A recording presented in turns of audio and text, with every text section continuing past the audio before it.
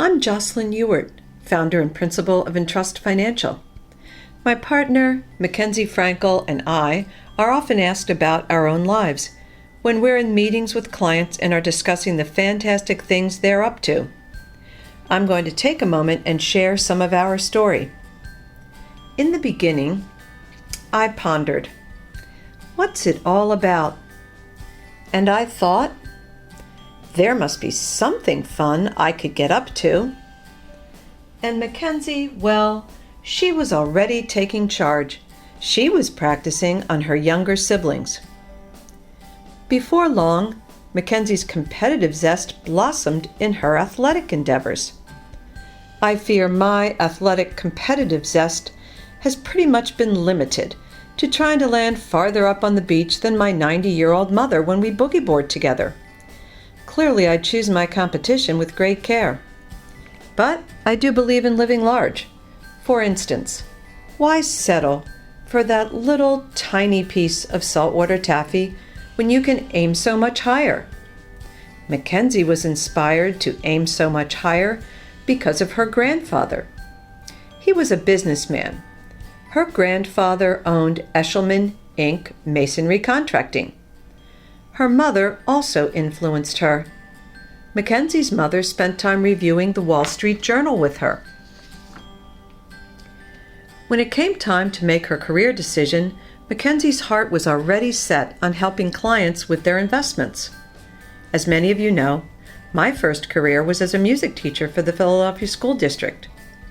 Fortunately, when I began teaching in the 1970s, women were permitted to teach and be married at the same time.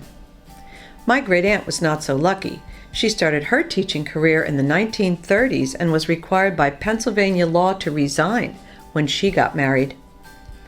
After teaching about 5,000 children of all ages during my 20-plus years as a music teacher, it was time to move on to career number 2. Step 1 was to celebrate with a trip to the South Pacific. One thing we truly understand at Entrust Financial is how important it is to set one's priorities before taking action. Step 2, for me, was to take action. Yes, it was time to get working on my credentials for my new career as a financial advisor. After countless hours of study and countless tests, while getting my feet wet with several years of hands-on experience, the great day came. I learned I had passed my Certified Financial Planner Board exam and could hang out my shingle. In the meantime, Mackenzie was finishing her master's degree and also served a brief stint as a teacher.